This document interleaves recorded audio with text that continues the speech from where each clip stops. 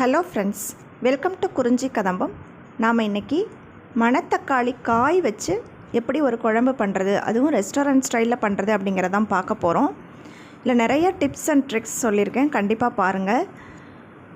கீரையில் எவ்வளவு சத்துக்கள் இருக்கோ அதே அளவு சத்துக்கள் இந்த காயிலையும் இருக்குது. மணத்தக்காளி கீரை வாங்கும்போதே இதில் காய்கள் இருக்கும், அதை எடுத்து கூட யூஸ் பண்ணிக்கலாம். இல்லை காய் தனியாக கூட கிடைக்கும். இல்லை நம்ம வீட்டில் ஒரே ஒரு செடி வச்சுருந்தா கூட அதிலேருந்து நம்ம காய்கள் நிறையா கிடைக்கும். இந்த மாதிரி காய்கள் எடுத்துகிட்டு அதில் இருக்கிற காம்பெல்லாம் நீக்கிட்டு 1 டீஸ்பூன் நல்லெண்ணெய் ஊற்றி அதில் இந்த காயை போட்டு நல்லா வதக்கிக்கணும். காய் இப்போ நல்ல ஒரு பச்சை கலரில் இருக்குது இல்லையா, லைட்டாக ஒரு எல்லோ கலருக்கு மாறும், அந்த அளவுக்கு வதக்கி எடுத்துக்கோங்க. இப்போ தனியாக எடுத்து வச்சுக்கலாம். காய் வதக்கிறதுனால அதோட இருக்கிற கசப்புத்தன்மை அதிகமாக தெரியாது, குழந்தைங்கள்லாம் நல்லா சாப்பிட்ருவாங்க. அதுக்காக தான் இதை வதக்கிக்கிறோம். இல்லைன்னா ஒரு பச்சை வாடை அடிக்கும் அது அப்படி டைரெக்டாக போடும்போது. நம்ம வத்தல்லாம் டைரெக்டாக போடலாம், பட் காய்ங்கிறதுனால நம்ம வதக்கி எடுத்துக்கிறோம். இப்போ 2 டேபிள் ஸ்பூன் நல்லெண்ணெய், அதில் தாளிப்பு வடகம் 1 டீஸ்பூன் அளவு சேர்த்துருக்கேன். ஒரு 5-6 பல் பூண்டு பொடியாக கட் பண்ணி சேர்த்துக்கலாம். ஒரு 10 to 15 சின்ன வெங்காயம் பொடியாக கட் பண்ணி சேர்த்துக்கலாம். இதை நல்லா வதக்கிக்கோங்க. தாளிப்பு வடகம் இல்லை அப்படின்னா 1/2 டீஸ்பூன் கடுகு, 1 டீஸ்பூன் சீரகம் சேர்த்துக்கோங்க. இப்போ பொன்னிறமாக வதங்கிருச்சு. இப்போ ஒரு மீடியம் சைஸ் தக்காளியை நல்லா ஃபைன் பேஸ்ட்டாக அரைச்சி சேர்த்துக்கிறேன். இந்த மாதிரி சேர்க்கும்போது உங்களுக்கு ரெஸ்டாரண்ட் ஸ்டைலில் கிரேவி நல்லா திக்காக கிடைக்கும். டேஸ்ட்டும் நல்லா டிஃப்ரெண்ட்டாக ரொம்ப சூப்பராக இருக்கும். ஸோ இந்த மாதிரி நீங்களும் தக்காளியை அரைச்சி போட்டு வதக்குங்க. வதக்கும்போது எண்ணெய் பிரிஞ்சு வர்ற டைமில் 1 டீஸ்பூன் மிளகாய்த்தூள், 1 டீஸ்பூன் சாம்பார் தூள், 1 டேபிள் ஸ்பூன் மல்லித்தூள், பெருங்காயத்தூள் ஒரு 1/2 டீஸ்பூன் அளவு சேர்த்துக்கிறோம். இது எல்லாத்தையும் சேர்த்து இந்த ஆயில்லையே நல்லா வதக்கிக்கணும். நம்ம ஆயிலில் வதக்கும் போது ஒரு தனி டேஸ்ட்டு கிடைக்கும். நீங்கள் நார்மலாக புளி ஊற்றிட்டு அதுக்கப்புறம் போட்டிங்கன்னா அந்த டேஸ்ட் வேறு மாதிரி இருக்கும். இப்போ ஆயிலில் நல்லா வதக்கியாச்சு. இப்போது ஒரு பெரிய நெல்லிக்காய் அளவு புளியை நான் தண்ணியில் கரைச்சி வச்சுருக்கேன், அந்த தண்ணியை சேர்த்துக்கிறோம்.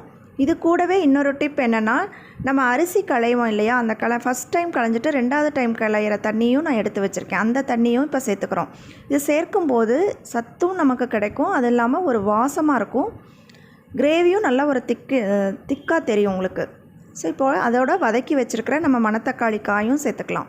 இப்போ தேவையான அளவு உப்பு இதெல்லாம் சேர்த்து நல்லா மிக்ஸ் பண்ணிவிட்டு கொஞ்சம் மீடியம் ஃப்ளேம்லேயே வச்சு மூடி போட்டு நல்லா கொதிக்க விடுங்க. பாருங்கள், நல்லா புளி கொதிக்கட்டும், அதோட பச்சை வாடையெல்லாம் போகணும். நல்லா கொதித்து பாருங்கள், ஆயில் பிரிஞ்சு வர அளவுக்கு நல்லா வெந்துருச்சு. முதல்ல எவ்வளோ இருந்தது, இப்போ கிரேவி எவ்வளோ கம்மியாகிடுச்சுன்னு பாருங்கள், அந்தளவுக்கு திக்காகணும். ஸோ இப்போ 1 டீஸ்பூன் அளவு வெல்லம் சேர்த்துக்கலாம். 1 கப் தேங்காய் பால், ஃபஸ்ட்டு தேங்காய் பால் நல்லா திக்காக எடுத்து தேங்காய் பால் சேர்த்துக்கிறோம். தேங்காய் பால் சேர்த்துட்டு ஜஸ்ட்டு ஒரே ஒரு கொதி வந்தால் போதும். சூப்பராக மணத்தக்காளி காய் குழம்பு ரெடி ஆயிடுச்சு. இப்போ மணத்தக்காளி காய் இல்லை அப்படின்னா நீங்கள் இதிலையே வத்தல் கூட சேர்த்துக்கலாம். வத்தல் தனியாக வதக்க வேண்டியதில்லை, நம்ம தாளிப்பு வடகம் சேர்க்கும் போதே கூட வத்தல் சேர்த்து வதக்கிட்டு எப்பவும் போல் இதே மாதிரி நீங்கள் பண்ணிக்கலாம். பாருங்கள், சூப்பராக இருக்குது. நீங்கள் இன்னும் காயோ மணத்தக்காளி காயோ வத்தலோ கம்மியாக இருக்குது அப்படின்னு சொன்னால் நீங்கள் அதிகமாக வெங்காயமும் பூண்டும் சேர்த்துக்கிட்டிங்கன்னா குழம்புல நிறையா காய் இருக்கிற மாதிரி ஒரு ஃபீல் கிடைக்கும். இது இட்லி தோசைக்கு கூட சூப்பராக இருக்கும், சாதத்துக்கு ரொம்பவே சூப்பராக இருக்கும். இதில் நம்ம டிப்ஸ் அப்படின்னு பார்த்திங்கன்னா, நம்ம தண்ணி அரிசி களையிற தண்ணி ஊற்றிருக்கோம், அதே மாதிரி தக்காளியை அரைச்சி போட்டிருக்கோம். ஸோ இதே மாதிரி நீங்களும் ட்ரை பண்ணி பாருங்கள். ட்ரை பண்ணி பார்த்துட்டு எப்படி இருந்ததுன்னு உங்கள் ஃபீட்பேக் சொல்லுங்கள். தேங்க்ஸ் ஃபார் வாட்சிங். வாழ்க வளமுடன்.